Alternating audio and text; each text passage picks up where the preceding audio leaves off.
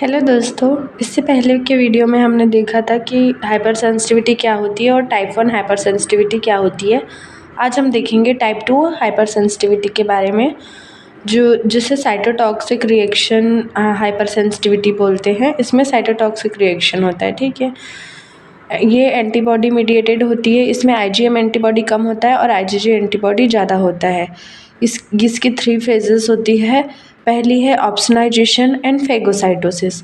ऑप्सनाइजेशन and phagocytosis में क्या होता है, जैसे कोई एंटीजन हमारी बॉडी में इंटर करता है तो वहाँ पर एंटीबॉडी आते हैं, ठीक है। तो एंटीबॉडी क्या करते हैं, उसे कोट कर लेते हैं, एंटीजन के साथ बाइंड हो जाते हैं और उसे कोटेड कर लेते हैं, जिससे वो एक मतलब वो क्या आइडेंटिटी बना लेते हैं, वो ऑप्शनाइज्ड हो जाते हैं हमारे जो मैक्रोफेजेस सेल होती है उनके द्वारा खाने के लिए, ठीक है, जिसे फेगोसाइटोसिस कहते हैं। तो यहाँ क्या हो रहा है, antigen bind with allergen, it is ready to eaten by macrophage cell by the phagocytosis, ठीक है। तो ये पहली स्टेप हो गई, ऑप्शनाइजेशन ऑफ एंड फेगोसाइटोसिस।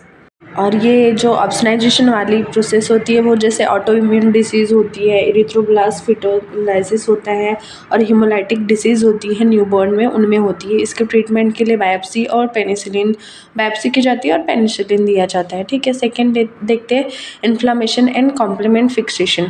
इसमें क्या होता है, जो एंटीबॉडी होते हैं वो किसी टिश्यू में फिक्स्ड हो जाते हैं, डिपॉजिट इन फिक्स्ड टिश्यू ठीक है। तो टिश्यू में ये डिपॉजिट हो जाते हैं, जिससे कॉम्प्लीमेंट एक्टिवेशन होता है, जिससे C3A और C5A जो इमीडिएट होते हैं वो रिलीज़ होते हैं। फिर वहाँ पर न्यूट्रोफिल की रिक्वायरमेंट होती है, जिससे वहाँ पर एंजाइम रिलीज़ होते हैं और टिश्यू इंजरी हो जाती है। ये गुड पास सिंड्रोम और ग्लोमेरुलस नेफ्राइटिस में होते हैं। फिर टाइप 2 हाइपर सेंसिटिविटी का थर्ड है antibody dependent cell mediated cytotoxicity.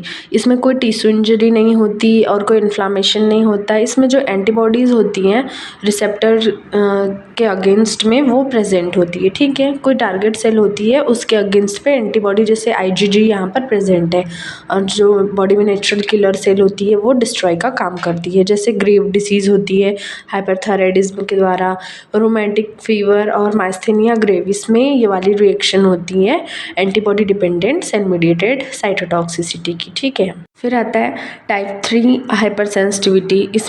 इसको इम्यून कॉम्प्लेक्स मीडिएटेड कहते हैं, मतलब इसमें इम्यून कॉम्प्लेक्स का फॉर्मेशन होता है इस हाइपर सेंसिटिविटी में।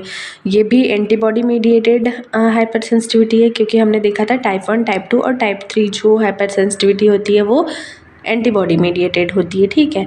तो इसमें ये जो होते हैं एंटीबॉडी, ये एंटीजन, ये मिलकर के एंटीजन एंटीबॉडी कॉम्प्लेक्स बनाते हैं, ठीक है।